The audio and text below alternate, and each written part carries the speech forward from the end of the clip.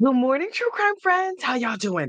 Look, this story came to me and I was like, okay, I don't know if this is a current story or whatever, but it was fascinating. And so I was like, I need to talk to my true crime friends about it. But first, you know what you need to do. Please like this video and subscribe to the channel. That helps other people find us. We have so many new true crime friends. Welcome, welcome. Come on in, friends. Look, we need to talk about Mount Holyoke, well, former Mount Holyoke professor, Rie Hayashi. Y'all, picture it. 2021, pandemic-y time, unclear. I believe 2021. Oh yeah, we were in the heart of the pandy then, right? And so Rhea is like, I'm a college professor, and it's lonely out in these college professor streets, and so I'm gonna go hang out with my friend, right? I am withholding the name of the friend to protect her privacy because, child, she has been through enough. So Rhea is like, I've seen my friend twice already today, but I feel in my spirit like I need to go see her again. So she goes over to the lady's house, and then she knock on the door like, "Hey, girl, let's have a little cup of tea or whatever." No, she hides in a bush. Y'all, the heifer hid in a bush. Okay, fine. So she hid in a bush like you do when you go visit your friends. So when her friend, also a college professor, comes home, she's like, "Hey, girl," and this emerges out of the darkness. Okay, first of all, that's a terrible way to start a visit. You ain't bring a cake, a pie, nothing, a bottle of wine. Okay, she was like, I'm having a really hard time because I had a recent breakup, and what.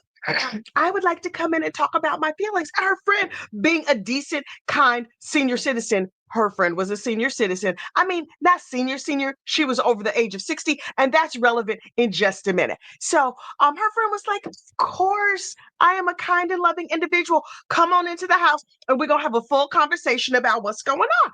So, as soon as they walk through the door, Ree takes a rock that she probably found in the bush. It was like clunk and bumps her friend on the head. Y'all, this visit is not starting out well because what possibly could this woman need to say to me that she had to bump me on the head first? And she was like, "Hey, girl, hey, listen, I see you lying there on the floor, and I'm just here to tell you that I love you."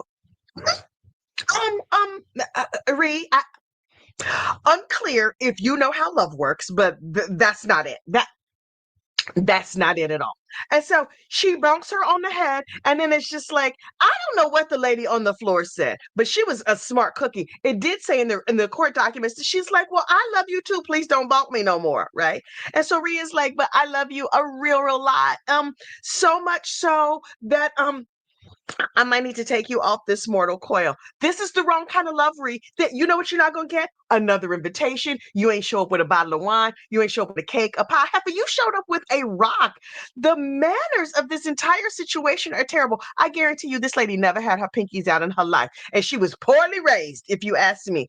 Anyway, so over the next 4 hours, Ree, who is good and grown. She's not like, "I'm 22. I don't know how to express my feelings. I'm not sure." She was good and grown. She was like in her late 40s at the time of this crime. Y'all, 40-year-olds are out here doing this kind of mayhem. Well, listen, I am over 40, child. I'm over 50. I'm not out with this kind of mayhem. Just so you know, let there be no confusion, right? So Ree, over the next 4 hours, continued to beat and torture her friend, right? And I was like, wait. I don't know all the things that she did to her friend. She's a terrible friend. We know that for sure. She bumped her on the head with a rock. The woman had broken bones and puncture wounds. Did she perforate her? Yo, she used garden shears. Did I write down all the? Oh, garden shears, a fireplace poker, like a blow poke, like they used it.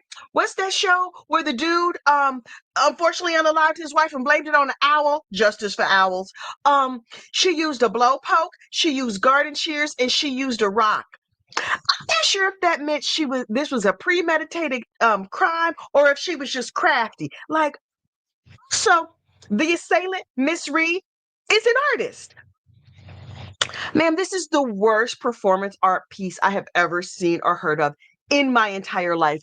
You're terrible. And so finally, after she was done confessing her love, and taunting her friend, including phrases like, it seems like you gonna die. This is bad. I mean, look at what's happened to your rug. I can't believe that you just exsanguinated all over the place. Yeah, I feel like you're gonna go on off to the endless heaven buffet, but don't you worry about it. I wore gloves so nobody could catch me. Did she wear gardening gloves? I have questions. But she was like, I'm unlikely to be caught because I have these handy dandy gloves. And yeah, this looks bad. This looks really, really bad. And her poor friend, after 4 hours of being brutalized, was like, Ree girl, I mean, clearly you a little ticklish of the brain and should maybe be down at the nervous hospital instead of over here at my house. But I love you too, and so that our love can grow strong. I'm summarizing. So that our love can grow strong. Why don't you call 911 and we could go to the hospital and love one another there? And Ree was like, I don't know. I mean, I did wear the gloves, but if you tell, then I might get in trouble. And her friend was like, tell on you. Me and you are in love. Just go and call 911, please. This hurts so much. Um, We've been here for hours, and I would really like to get some sleep. I'm sure you're tired too, although from the crazed look in your eye, maybe you haven't slept in weeks, unclear. But if you call 911, this is what we're going to do. We're going to say that you found me in this condition of being all battered up, even though you showed up here with no cake, no pie, no bottle of wine, no flowers, no nothing. And Ree was like, okay, that's what we're going to do. Boop, boop, boop, boop, boop. Hello, 911. I just got to my friend's house and I found her here on the floor. It's terrible. And then she curled up and laid on the floor next to her friend like she was comforting her. Y'all. So the police, of course, come in. They rush in all in a hurry, like, what's going on here? And Ria's like, it's terrible. I found my friend like this. And the friend was like, yes, I'm blinking real hard. I'm blinking the SOS.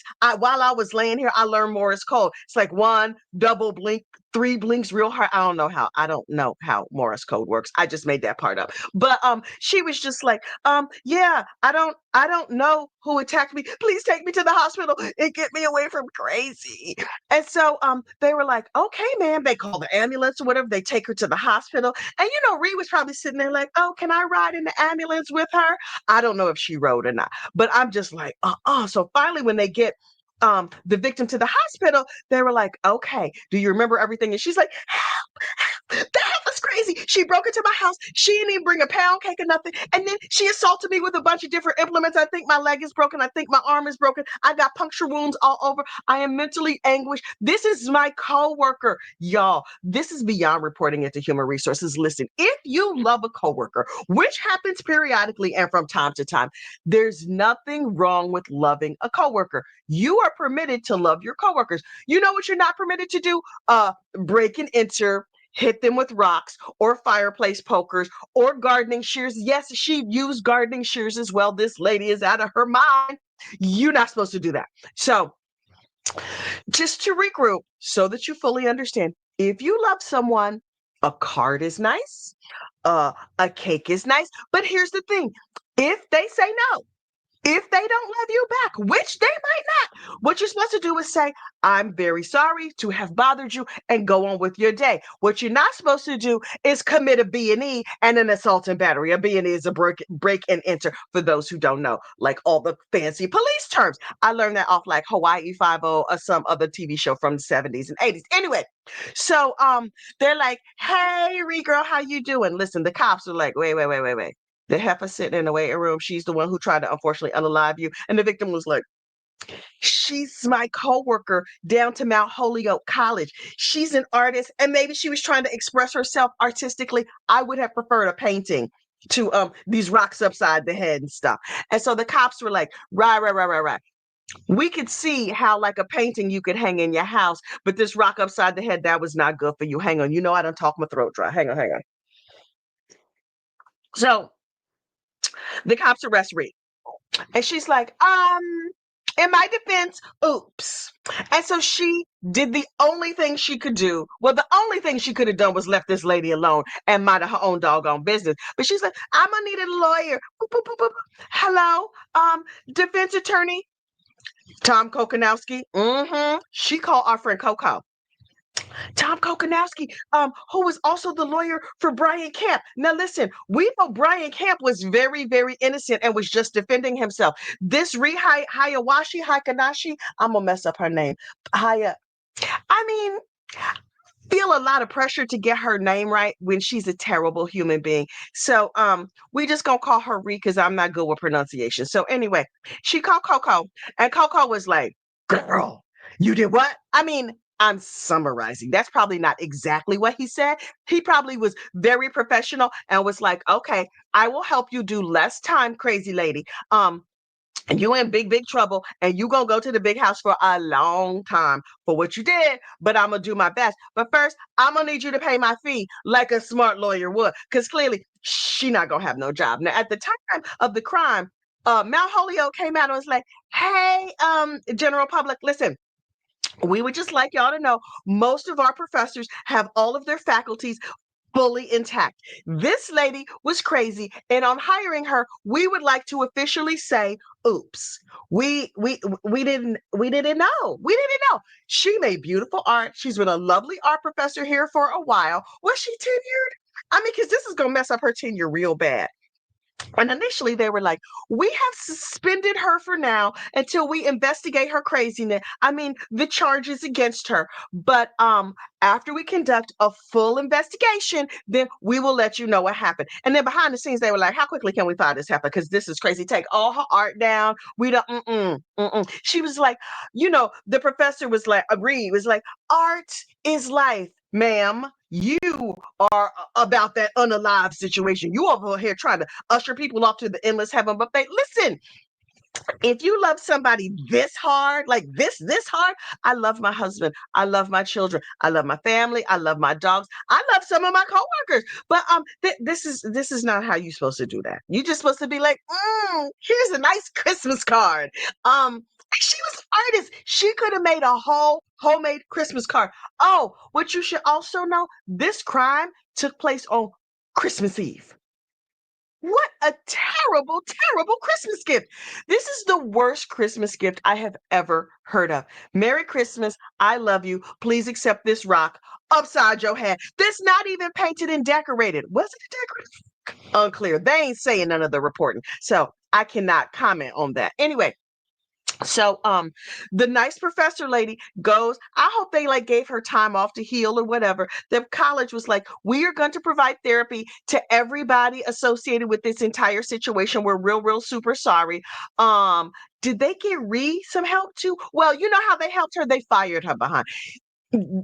She earned that. That's not something that happened to her. That's something she chose for herself because she chose madness and madness got delivered back in spades, right? So finally she goes to court like 9, 10 months later and she's like, hey, I have anger issues.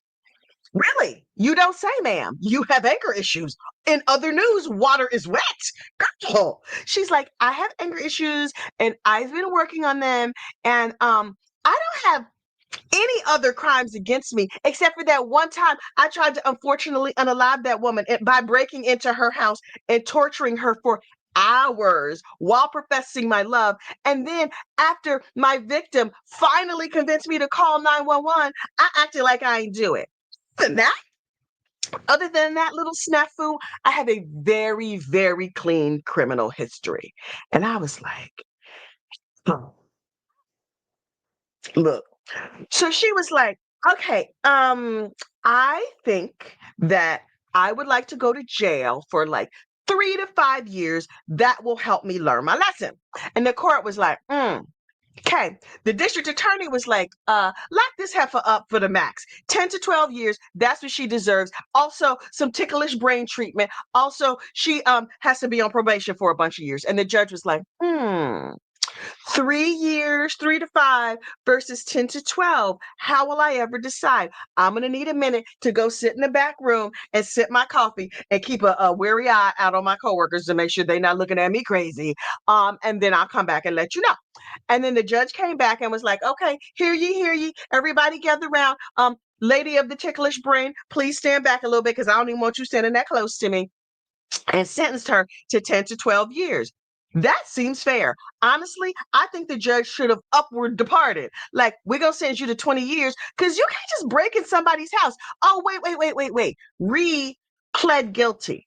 There was no trial. She was like, okay, the way for me to get a lesser sentence is to go in here and throw myself on the mercy of the court. And so that's when they went to court and they had all the statements. And then the judge went in the back room and he had a cup of coffee. He's like, y'all not going to believe the case I got today. Ooh, Black Jesus. It's a whole mess. And listen, coworkers, I like all of y'all. And if I like you too much, then I'm just going to take myself out of the situation. Because this lady tried to unfortunately unalive somebody else. Also, it's real clear she got something wrong with her head. She's gonna need a lot of therapy. I don't know if they give therapy down there to the prison, but they really do need to. Hang on. Oh, I'm out of coffee. Wait.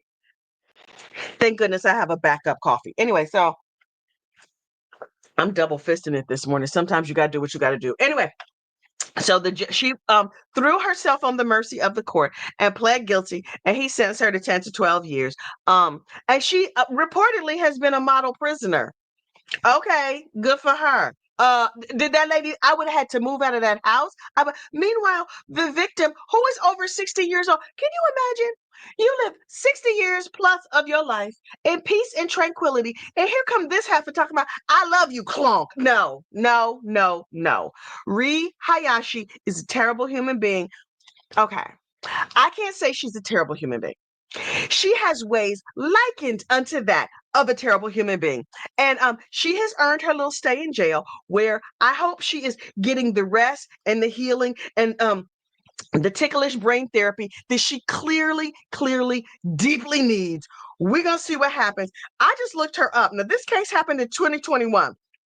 I just went on inmate lookup because I was like, I hope the heifer don't move to Bergen County. We got a whole bunch of colleges over here in New Jersey. And no, thank you, ma'am. You are not invited to work at any of our finer universities. You are not invited to work at any of our lesser universities. Please do not come to New Jersey. So I'm like, okay, she's still locked up. So I'm feeling really safe. But by the time she gets out, I'm going to be over 60. And I am awfully cute. And people seem to fall in love with me a lot. So I'm super nervous, but not for right now. Also, I got dogs, and my dogs would be having none of that. So, Ree, govern yourself accordingly, girl. Listen, have a great true crime day, and I will be back to you soon with more crazy true crime.